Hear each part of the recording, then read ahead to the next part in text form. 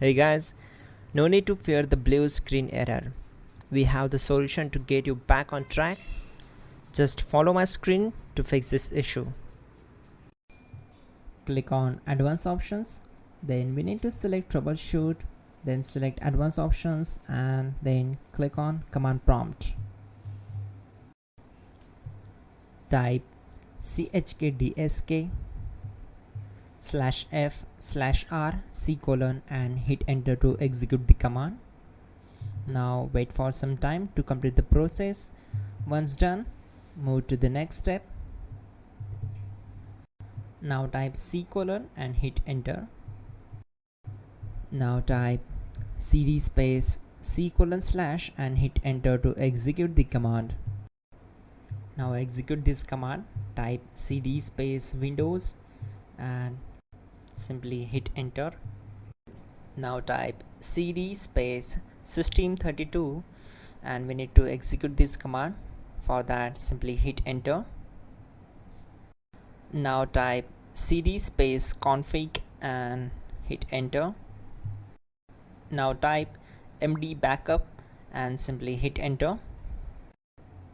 Now execute this command. Type copy space *** space backup and simply hit enter. Now execute this command. Type md space backup1, then hit enter. Now type copy space ** space backup1 and hit enter. Type in cd space regback, then simply hit enter. Execute this command. Type dir, then simply hit enter. Now type copy space ** space ... and hit enter. Then type all and hit enter. Type in bootrec space /fixmbr and hit enter to execute the command. Now type bootrec space /fixboot and hit enter to execute. Type cd space // and hit enter. Let's execute this command.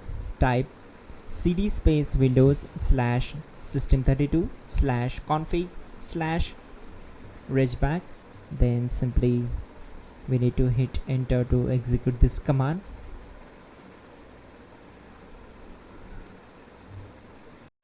Now execute this command. Type bcd edit space /export space c:/bcd backup and simply hit enter to execute this command. Then move to the next one.